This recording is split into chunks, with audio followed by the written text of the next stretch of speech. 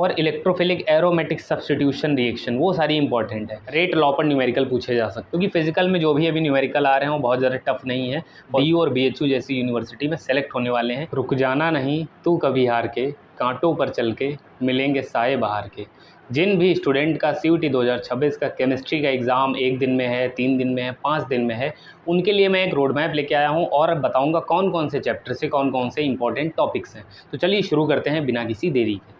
सबसे पहले मैं आपको बता देता हूँ कि ये वीडियो किन स्टूडेंट के लिए है। जिन्होंने कुछ भी नहीं पढ़ा, जिन्होंने 50% पढ़ा है और जिन्होंने सब सिलेबस पढ़ लिया है, उनको क्या करना है, उनको मॉक टेस्ट लगाने हैं टेलीग्राम पे। बाकी जिन्होंने 0% पढ़ के रखा है और जिन्होंने 50 पढ़ के रखा है, उनके लिए ये वीडियो मैं बताने वाला हूँ। सॉल्यूशन चैप्टर में अगर मैं आपको बताना चाहूँ तो वहाँ पर आप colligative properties, ideal non ideal solution, Henry's law की application, want of factor, molarity and molality, ये सारी इंपॉर्टेंट चीज़ें हैं। केमिकल काइनेटिक्स की वहीं बात करूँ तो आपका 0 ऑर्डर एंड फर्स्ट ऑर्डर, वहाँ से ग्राफ पूछे जाते हैं, न्यूमेरिकल भी आते हैं। आपको फार्मूला भी ध्यान रखना है, half life and Arrhenius equation का graph and formula, pseudo first order reaction क्या है उसके एग्जांपल ध्यान रखें, मॉलिक्यूलैरिटी एंड ऑर्डर के बीच का डिफरेंस, रेट लॉ पर न्यूमेरिकल पूछे जा सकते हैं। वहीं अगर हम इलेक्ट्रोकेमिस्ट्री की बात करें तो इलेक्ट्रोकेमिस्ट्री में आपका नस्ट इक्वेशन से न्यूमेरिकल आ सकते हैं, कंडक्टेंस R = ρL/A और ये सारे जो फार्मूले हैं, कोलरॉस लॉ, मोलर कंडक्टिविटी इंपॉर्टेंट है, फैराडे लॉ से क्वेश्चन आ सकते हैं, batteries and uses theoretical part वहाँ से आपको देखने को मिल सकते हैं।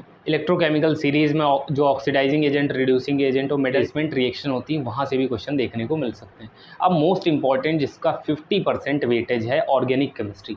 ऑर्गेनिक को करना इसलिए भी इंपॉर्टेंट है क्योंकि आप 150 क्रॉस करना चाहते हो तो बिना ऑर्गेनिक को पढ़े नहीं कर सकते, क्योंकि ऑर्गेनिक से लगभग 25 से 26 क्वेश्चन आते हैं और उन 25 से 26 क्वेश्चन में अगर आप 15 से 20 क्वेश्चन नहीं अटेम्प्ट कर रहे हो तो कोई मतलब नहीं है, आप नहीं कर पाओगे 150 प्लस। ऑर्गेनिक में एक सिंपल तरीका है, नेम रिएक्शन करो, सारे टेस्ट करो, एसिडिक बेसिक स्ट्रेंथ से क्वेश्चन जरूर आते हैं, न्यूक्लियोफिलिक एडिशन रिएक्शन और उनकी reactivity, SN1 and SN2 reaction, boiling point हर एक चैप्टर में, और इलेक्ट्रोफिलिक एरोमेटिक सब्स्टिट्यूशन रिएक्शन, वो सारी इंपॉर्टेंट है। उसके बाद जब आप ये चैप्टर तैयार करेंगे तो आपको पीछे की एक्सरसाइज लगानी है NCERT वाली, ध्यान रखना वो बहुत इंपॉर्टेंट है, कन्वर्जन जरूर वहाँ के करने हैं। उसके बाद है बायोमोलिक्यूल चैप्टर, इंपॉर्टेंट चैप्टर है, 3 से 4 क्वेश्चन, 5 क्वेश्चन कई बार पूछे जाते हैं, 4 तो कन्फर्म है आने, उसको पूरा पढ़ना है, उसमें सारी चीज़ें इंपॉर्टेंट हैं, कहीं से भी क्वेश्चन पूछा जा सकता है। इनऑर्गेनिक चैप्टर में आपकी पहली प्रायोरिटी रहेगी कोऑर्डिनेशन कंपाउंड को तैयार करना। कोऑर्डिनेशन कंपाउंड में वैलेंस बॉन्ड थ्योरी हो गया, CFT हो गया, हाइब्रिडाइजेशन वगैरह, मैग्नेटिक मोमेंट, ये सारी चीज़ें पूछी जाती हैं वहाँ से। वर्नर थ्योरी हो गई, IUPAC हो गया, और कई बार ये भी एग्जाम्पल में पूछ लिया जाता है आयनाइजेशन आइसोमेरिज्म क्या है, हाइड्रेट आइसोमेरिज्म, कोऑर्डिनेशन आइसोमेरिज्म, इन सब के एग्जाम्पल भी पूछ लिए जाते हैं। इसके बाद एक और चीज़ मैं बता दूं, पेपर अटेम्प्ट करने की भी एक स्ट्रेटजी रहती है, डे एंड डेप ब्लॉक आपको पूरा करना है ना। उसमें जैसे मैं आपको बता दूं, जैसे मैग्नेटिक मोमेंट वाला, ये सारी चीज़ें इंपॉर्टेंट हैं, प्रिपरेशन मेथड हैं, बाकी ट्रांजिशन एलिमेंट की प्रॉपर्टीज़ वगैरह, इन सब पे क्वेश्चन आते हैं। जब आप ये सारी चीज़ें कर लोगे उसके बाद सबको टेलीग्राम पे मिनिमम 14 मॉक टेस्ट जो मैंने प्रोवाइड कर रखे हैं, अगर सारे लगा पा रहे हैं तो बहुत अच्छा है, लेकिन जितने भी कोशिश करें लगा लें, वो बहुत रेलिवेंट क्वेश्चन है और CUET पे बेस्ड है। उसके बाद आपको क्या करना है, पेपर अटेम्प्ट जब आप CUET का करने जाएंगे तो ध्यान रखना, पहले 30 मिनट में आपको सिर्फ वही क्वेश्चन करने जो आपको आ रहे होंगे और इजी क्वेश्चन। पेपर का पैटर्न हमेशा ऐसा ही होता है कि 30 से 25 क्वेश्चन इजी होते हैं, बाकी मॉडरेट लेवल होते हैं, और लगभग 8 क्वेश्चन से 10 क्वेश्चन थोड़ा टफ लेवल के डाले जाते हैं। पहले 30 से 40 मिनट में आपकी कोशिश यही रहेगी आप मैक्सिमम क्वेश्चन सही अटेम्प्ट करें।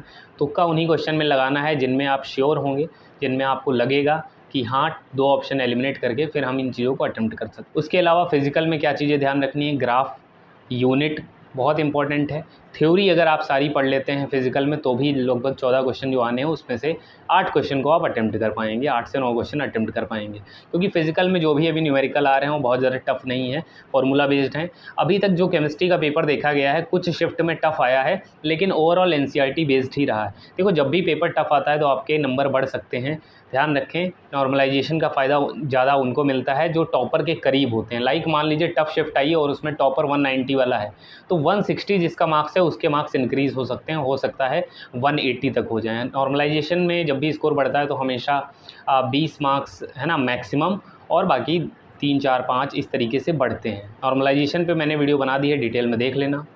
बाकी किसी को पर्सनल गाइडेंस चाहिए हो या मेरी से कुछ आप रोड मैप वगैरह चाहते हो तो दिए गए मेल ID पे मुझे मैसेज कर सकते हैं।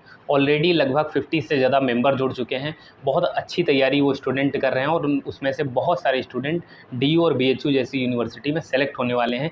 जो भी मैंने चीज़ें बताई हैं उसको फॉलो करके 180 प्लस केमिस्ट्री में स्कोर